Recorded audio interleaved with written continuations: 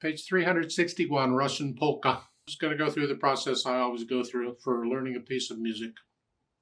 I look it over, it's 1 page long. Now it is repeated so you can play it twice, but there's only 1 page of music to learn.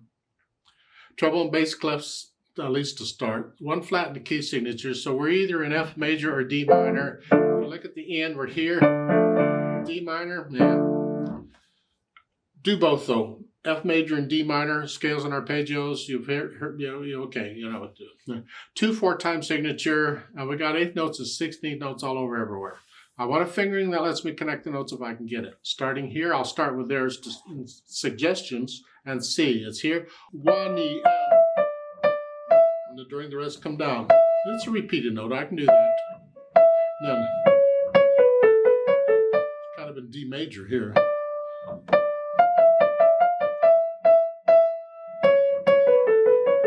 Thumb. Now, measure 9. They want 3rd finger. 4. No, I don't care for that fingering at all. Let's take another look at this 3rd line. Starts out okay. 4. And this is okay. However, I'm going to just do thumb. I can do them all. Now, there's nothing wrong with the fingering in the book. You can do that. I just don't want to come under the... I don't want to do that. So I'm going to do that, and then... You don't have to stay in that position for the whole time. You're kind of moving the hand up as you go. You know, as you go. It's fine. And then for measure 13 is 3.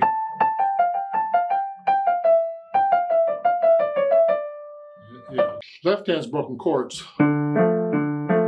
You don't want to do this, do that. And then for the 3rd measure, see the square brace there? That's a musical indication to play both of those notes with the same finger. And in this case, we're going to do it with the thumb. And this is quite common. We do this a lot in piano because that's a little uncomfortable. And so we do that. Yeah.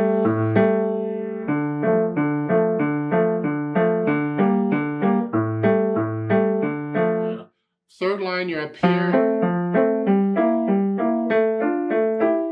Measure 11. Here, and then here. Get those notes, then down. And I do a 4th finger from measure 12, not 3, because that's the fingering for it, and that's what I'm going to use.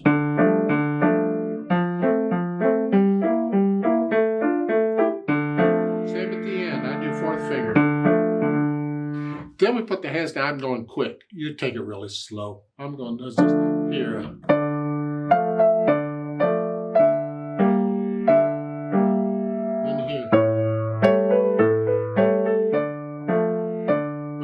Important on measures like 2 and 4 that you play that rest in the right hand, and you play a rest by being quiet.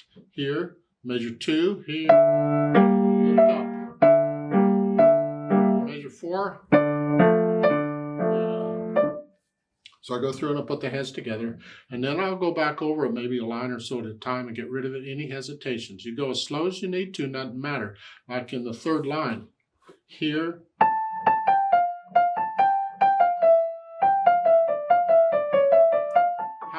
How slow do you need to go to get all of that smooth and even? And that's how fast you take it for now. Once I get rid of the hesitations, I'll add the articulations. Staccato. Hands at the wrist, here. Now, in the 2nd measure, they have under the staff, sempre staccato. Sempre means always. Staccato is short. What they're telling you to do is keep playing the left hand short. They didn't put dots. They don't want to go through and put dots on all the notes. So they're just telling you all the way through. Siempre means always. Just keep going. The right hand does whatever it says. It says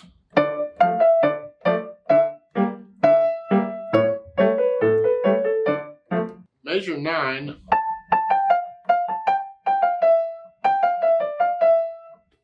That's fine. I tend to want to connect from measure 10 all the way to the end. But they're saying no, lift up. Whichever, it's interpretation. I don't really know what the composer indicated. But as I guess as long as the music is doing it this way, we'll do it this way. Lift up. So I add the articulation, and then I add the dynamics. And that applies to the melody, which is the right hand loud. Accented notes will be very loud. Yeah, this in the background.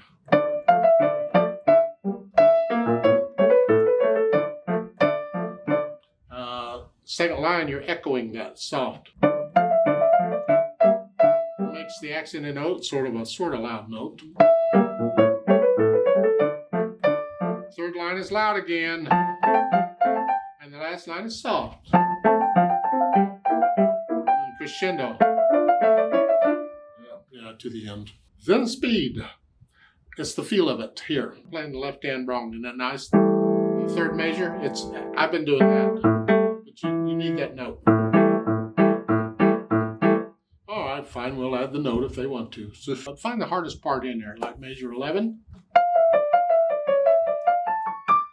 That, how fast can you play that accurately? And that's going to be your allegretto for now. And of course it's repeated, so when you get to the end, you go back and do the whole mess again.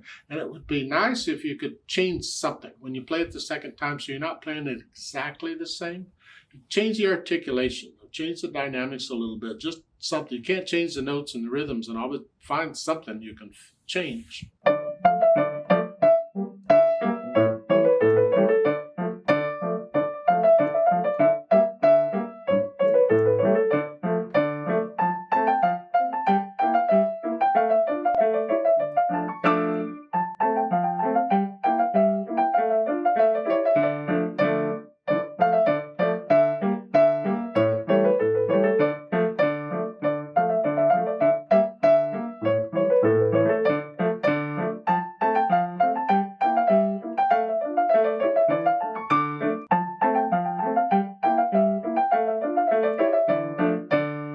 Let's play this together very slowly and check the notes and the rhythms. I'm not doing the dynamics, just notes and rhythms, and we will repeat it. So I'll give us 2 counts, but I'm going to put the metronome on 8th notes because we got all these notes here, the too many notes. So it's ready and go and then we go and. Ready and go and.